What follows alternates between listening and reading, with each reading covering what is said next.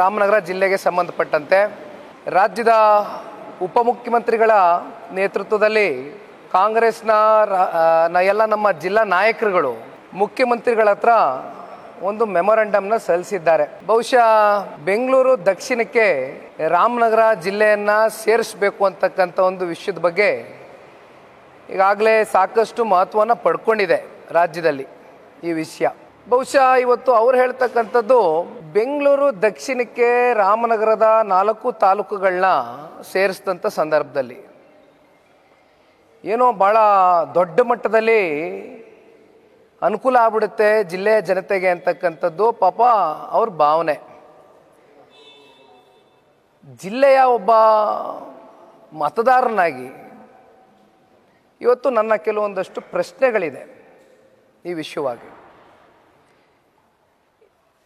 ಅಷ್ಟು ಸುಲಭವಾಗಿ ನೀವು ಈ ಜಿಲ್ಲೆಯನ್ನು ಬೆಂಗಳೂರು ದಕ್ಷಿಣಕ್ಕೆ ಸೇರಿಸಲಿಕ್ಕೆ ಏನು ಹೊರಟಿದ್ದೀರಿ? ನನ್ನ ಪ್ರಶ್ನೆಗಳು ಆಧಾರ್ ಕಾರ್ಡಿಂದ ಹಿಡಿದು ಗ್ಯಾಸ್ ಬಿಲ್ ಅಡ್ರೆಸ್ಸಿಂದ ಹಿಡಿದು ರೆವಿನ್ಯೂ ರೆಕಾರ್ಡ್ಸ್ಗಳಿರ್ಬೋದು, ಗೌರ್ಮೆಂಟ್ ರೆಕಾರ್ಡ್ಸ್ಗಳಿರ್ಬೋದು, ಇವೆಲ್ಲವೂ ಕೂಡ ಬದಲಾಗಬೇಕಾಗತ್ತೆ, ಹೌದಲ್ವೇ?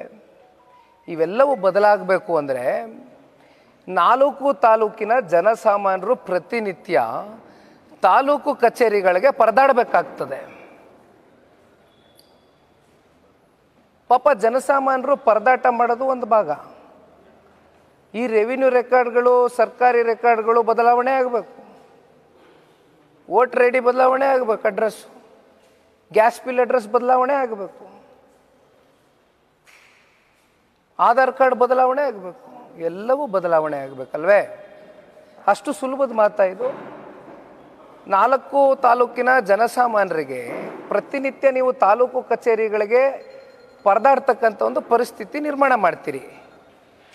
ಅಂತಿಮವಾಗಿ ಹೋಗಲಿ, ಅವರು ತಾಲೂಕು ಕಚೇರಿಗಳಿಗೆ ಹೋದರೆ ಕೆಲಸ ಆದರೂ ಆಗುತ್ತಾ?